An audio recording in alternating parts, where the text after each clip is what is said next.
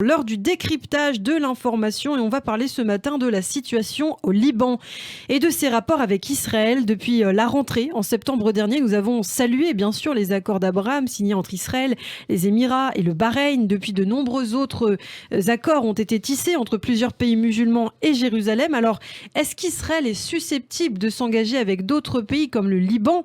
C'est une question sur laquelle se penchent aujourd'hui plusieurs observateurs, car si la normalisation avec Israël dans le pays reste un sujet tabou, beaucoup de Libanais entrevoient peut-être une évolution en faveur de la paix. Il faut dire que les difficultés intérieures du pays du Cèdre pourraient l'amener à jeter du lest sur des dossiers stratégiques pour amadouer les décideurs internationaux. En tout cas, aujourd'hui, une réelle division se dessine dans la région du Proche et du Moyen-Orient. On en parle justement ce matin avec vous, Christophe Darin.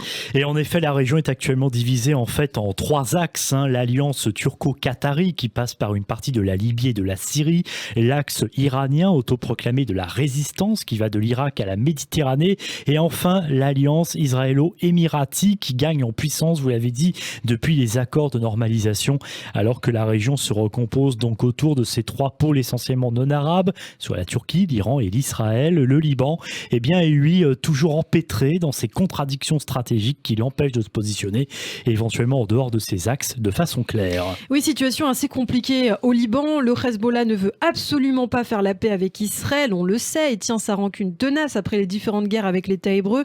Il est donc improbable pour le groupe terroriste libanais de poursuivre l'idée de ce remodelage de la région, c'est-à-dire la normalisation des liens avec Israël. Le Liban reste donc de facto dans l'axe iranien.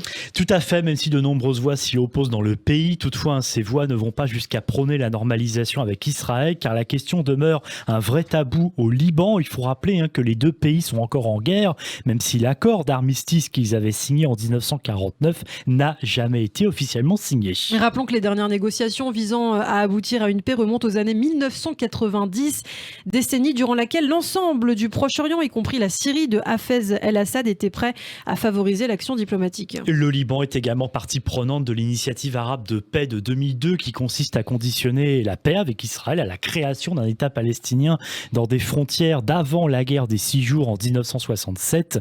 Mais depuis, le Hezbollah islamiste, plus dur sans compromis, a gagné en puissance sur la scène libanaise. Et on en reparlera justement, et notamment de Nasrallah, chef du Hezbollah. On l'a dit donc en introduction, la crise économique qui frappe actuellement le Liban pourrait pousser le pays à faire des pas en direction d'Israël, sans pour autant que l'on puisse parler de normalisation.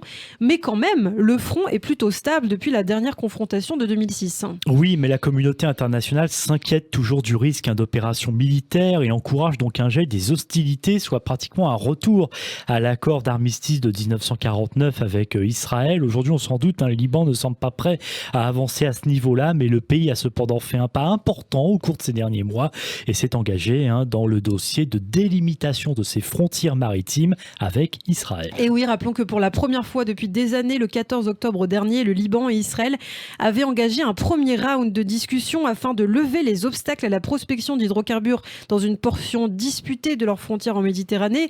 Une épineuse question, donc le simple fait que le Liban s'engage dans cette négociation, même si tout est actuellement à l'arrêt, vous allez nous l'expliquer, Christophe, favorise déjà certainement la stabilisation du front et donne aussi une idée des dynamiques en cours.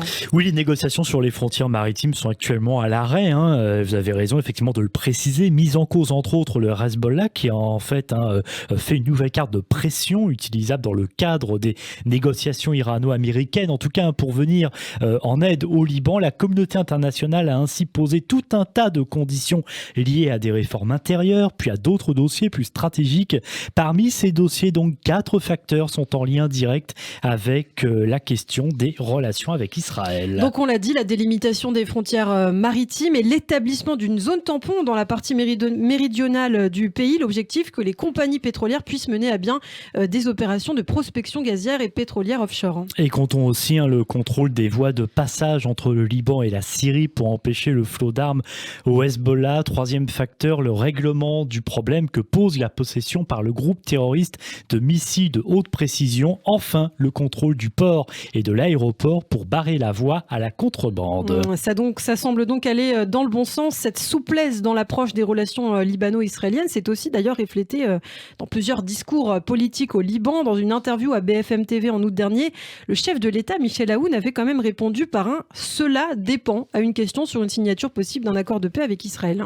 Oui, avant d'ajouter qu'il ne pourrait y avoir d'avancée à ce niveau que lorsque les problèmes entre le Liban et l'État hébreu seraient résolus. De son côté, le chef du CPL, Gebran Bassil, le CPL c'est le courant patriotique libre, le parti justement fondé par Michel Aoun, avait suscité un tollé en 2017 en parlant d'une absence de conflit idéologique avec Israël. Plus tard encore, Gebran Bassil avait affirmé que le Liban voulait la paix et non la guerre, mais qu'il se défendrait au cas où il était attaqué. Oui, on marche un petit peu sur des œufs. Alors, à travers ces positions, on peut penser que le chef du courant aouniste tente de concilier ses rapports avec son allié chiite, le Hezbollah, et la communauté internationale.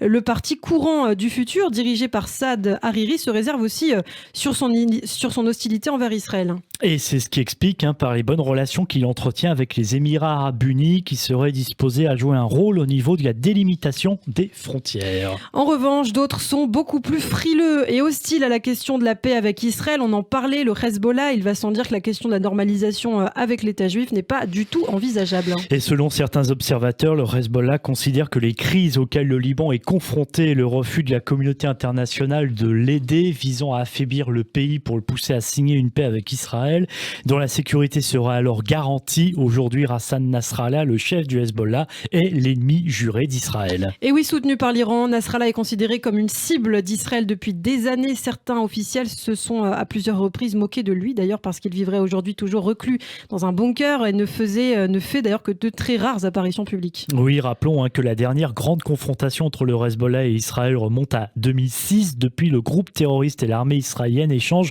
de manière sporadique des tirs le long de la frontière entre les deux pays. Et s'échangent aussi des menaces. De son côté, l'aviation israélienne frappe régulièrement en Syrie et secrètement des positions justement de milices pro-iraniennes, là où se trouveraient des caches d'armes du Hezbollah destinées à frapper Israël. Estimant à plusieurs centaines de milliers le nombre de missiles possédés par le Hezbollah, le ministre de la Défense israélien Benny Gantz dévoilait en effet il y a quelques jours à la télévision américaine une carte montrant l'emplacement des forces terrestres, des sites de stockage, des bureaux de commandement et des sites de lancement de missiles du Hezbollah au milieu des infrastructures civiles au Liban.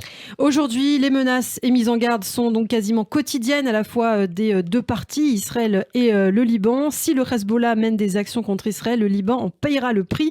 C'est ce que déclarait encore récemment d'ailleurs Benny Gantz, le ministre israélien de la Défense. Et en février dernier, Tsahal avait effectué un exercice surprise de 3 jours simulant une guerre à grande échelle avec le Hezbollah, comprenant des frappes simulées sur quelques 3 missiles en une journée. Une menace claire donc pour le groupe terroriste libanais. Pour l'instant, donc pas de paix en vue, malheureusement, entre Israël et le Liban, tant que le Hezbollah, en tout cas, restera au pouvoir.